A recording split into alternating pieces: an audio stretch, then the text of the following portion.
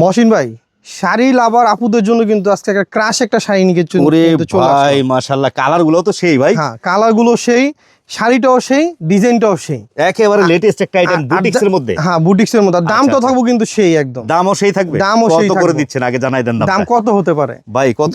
1500 2000? না, 1500 2000 না, এটার দাম রাখবো মাত্র 1200 টাকা।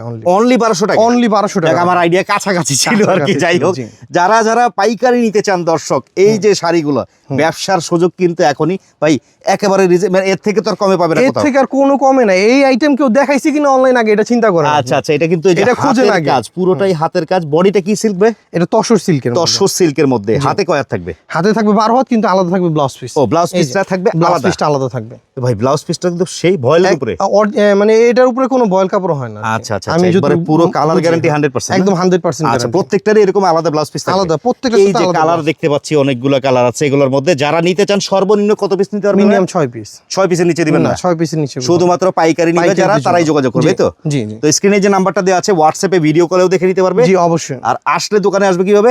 আমাদের সব লোকেশন হচ্ছে ঢাকা নিউ মার্কেট কাঁচা বাজারের পাশে বিশ্বাস বিল্ডার্স নামে পরিচিত এই ভবনের 3য় তলায় 120-21 নম্বর দোকান, আলী ফ্যাশন।